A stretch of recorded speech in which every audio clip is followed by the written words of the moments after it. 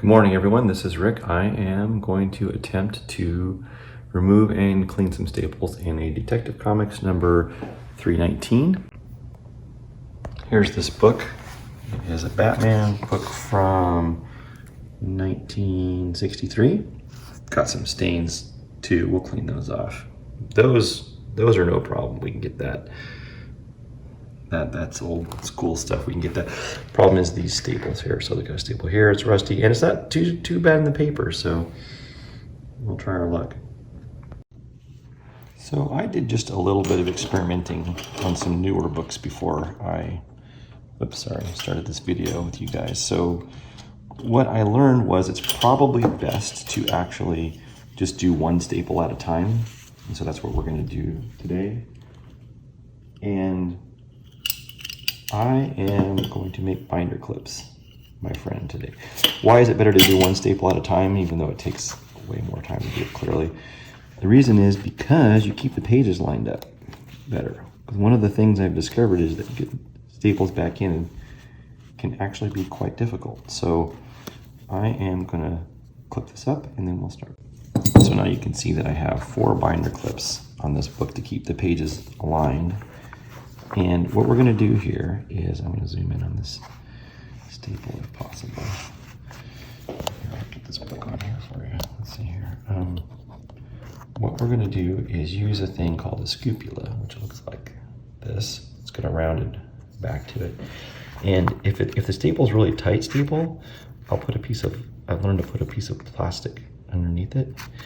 And then you want to just bend it up, and it isn't always possible to get a staple this under there, but see how I got it under there now? And we're going to nurse it up like this. I'm going to do the other side too.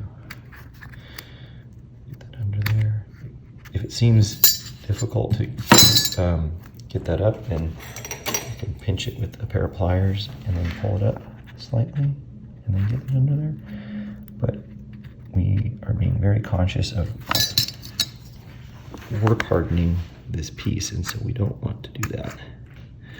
And I am having trouble with this other staple already, so we're going to have to be especially careful. I'm going to try to find some needle nose pliers. So here we are. We're going to grab this staple. And let's remove it like that. There it is. So there it is, that's what it looks like, and we're gonna clean it. All right, this is Rick Morgan and Austin Aldrich with the Morgan Aldrich cleaning solution, experiment number 1. Wait, is that the right way? Yeah, it is, okay. And then we'll see what happens. There we go, it's cleaning. Oh, I can't really tell because my camera's not in the thingy. But you can see that the Morgan Aldrich system is cleaning that staple off without abrasions. We don't want to make marks on the actual staple itself. So this is Rick's solution called ICC02. It's the Immaculate Comic Cleaner number 2 solution, and we are at, the study is at 5.2 volts for unknown amount of time, and we will come back and record this later for our patent information. So you can see here all the rust that's coming off of this staple, and there's a massive amount of rust coming off that staple. You can see it on the side here too. I don't know if you can see it that well, but it's coming pretty clean. I'll check how much it is in a minute. This is 5.2 volts and 640 milliamps, and it is definitely coming cleaner. Well, who knows if it's coming cleaner. There's a lot of rust floating to the top, but let's check it out. Turn off the power and see what our part looks like here. It does not look great, honestly.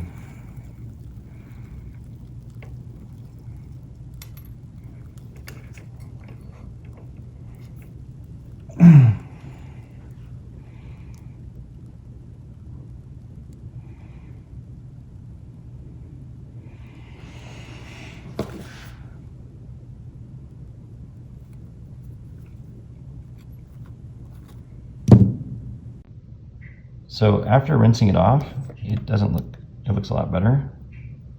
staple here. Now it's got, I need to rinse it some more. The rest is pretty loose. I'll clean it some more. So it's pretty clean now, but it's dull. And we also don't want it to rust again. So we are going to electroplate it. So I have a nickel cobalt solution here. And I am going to make the part cathodic. And we are going to put it in here.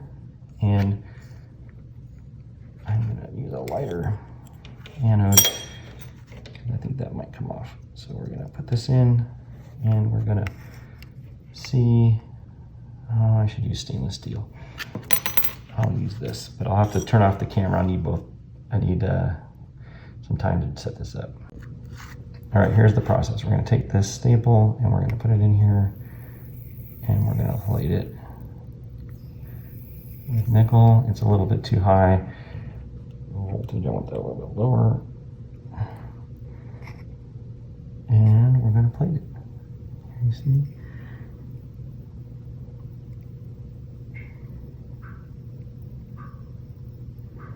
This might take a little bit of time, but we'll get some coating on it and we'll see what it looks like in a little bit. All right, now that that's all done, we're going to feed this back through the holes of the book, which is probably the most nerve-wracking part of it all. Hopefully we kept the holes lined up, and it's going to be hard to do. I may have to buy an awl, get this done, and it's going to take me a while. I'll show you when I'm done.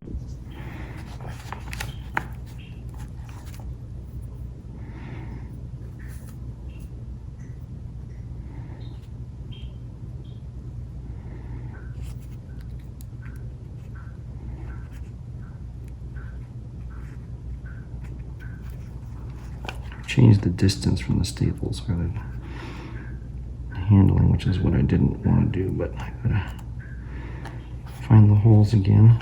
There's one of them I got. The other one I gotta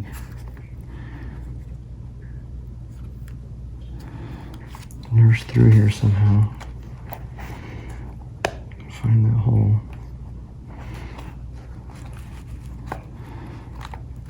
That's not it.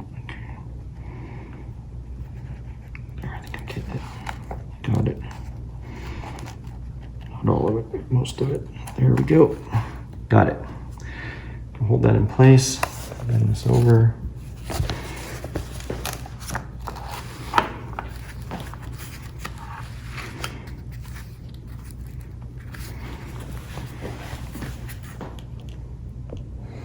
All right.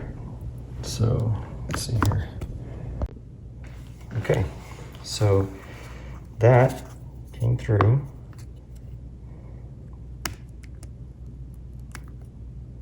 Run this guy through better more here.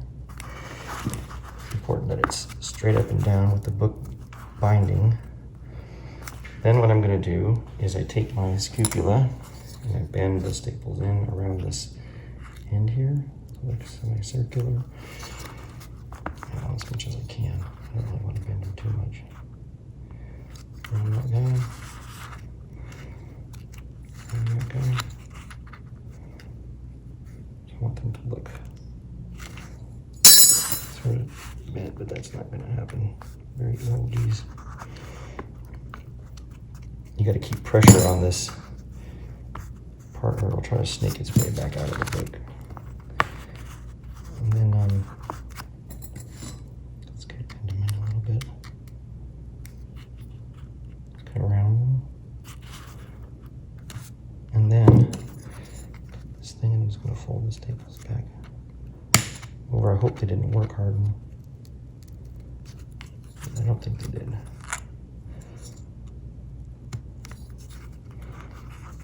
So let's see how this looks. And it did. It did work harden. Broke the staple. So all that work was for nothing. But I guess we can see how it looks.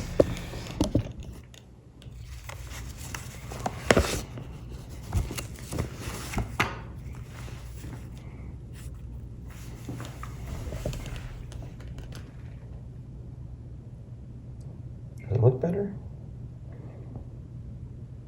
Yeah, I'm disappointed, but it works. So it doesn't look terrible if you don't notice that it's not actually in there. So if I didn't actually work hard and break it, which means I bent it too many times, it looks pretty good. Especially compared to that one. Oh, that's heartbreaking, but it is what it is. So I was able to spot weld this one back together, but in the process I burned a little piece of the paper. So the front page is loose, but we have the original staple back in. It looks good. This guy is gonna have a different story. I'm cleaning him the same way, but this time I'm gonna try to heat treat it in a furnace. Over here, I'm gonna heat treat it at 600 degrees F for half an hour, try to anneal it and retain the ductility of the original staple. Wish me luck. So I was able to spot weld this one back together, but in the process I burned a little piece of the paper. So the front page is loose, but we have the original staple back in. It looks good. This guy is gonna have a different story. I'm cleaning him the same way, but this time I'm gonna try to heat treat it in a furnace. Over here, I'm gonna heat treat it at 600 degrees F for half an hour, try to anneal it and retain the ductility of the original staple. Wish me luck. Okay, so we did the same thing. I cleaned it as well. This time I didn't plate it though. And I'm going to put it in this furnace right there. I'm gonna heat treat it. So it's on that little thing, ceramic plate. It doesn't look that good actually, but it looks better than it did, so we'll keep it. Then I'm gonna shut the door and I'm gonna program it to start.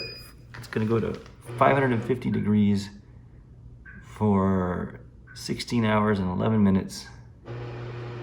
And we're gonna see what happens when we heat treat and anneal the staple. So we're just about to our temperature, and we're hoping that the staple hasn't melted into slag, which it won't have, but we are also hoping that the crystals grow in size once it's held at temperature long enough and relieve any work hardening that we did when we removed it. So we'll find out if that happened or not. All right, let's see how it looks. It's gonna be hot in there, but it doesn't seem to be harmed in any way. So we'll just let it cool off. Continuously. Look at it rusted again. That's awesome. Okay, well maybe I should have done this first, but well, we'll see. We'll see how it looks once everything cools down. I can't even remotely touch it now, but we'll find out. Well, I seem to have misplaced my cell phone holder, so there's our staple, and we're gonna give it a shot. We'll do the best I can without the cell phone holder. See you in a minute. All right, I finally snaked those staples through all those other pages without breaking them, and they're lined up properly. There's a piece of metal under this so I could get this to stick up a little higher, so I'm gonna learn my lesson. So, these have been annealed, and I'm gonna try my best to not break them this time. I know that they were work hardened last time, so let's try it out. Let's see, I'm just gonna pinch them together with my fingers. Oh man, I'm scared. I might need both hands for this. I'll come right back. So I ended up using my scapula and kind of rounding them and then pushing them down a little bit. And it worked. It didn't break this time. I think, and they felt very ductile. Before I could feel some resistance, I could tell that one was going to break. And I think at the other side, there's that piece of metal underneath there. And ta-da! Look, it's not perfect. I didn't spend so much time cleaning it, but it looks better. And that one looks better too. So you know what? That was absolutely arduous and terrible, but they're both replaced and cleaner, and I didn't mess up the book. So ta-da.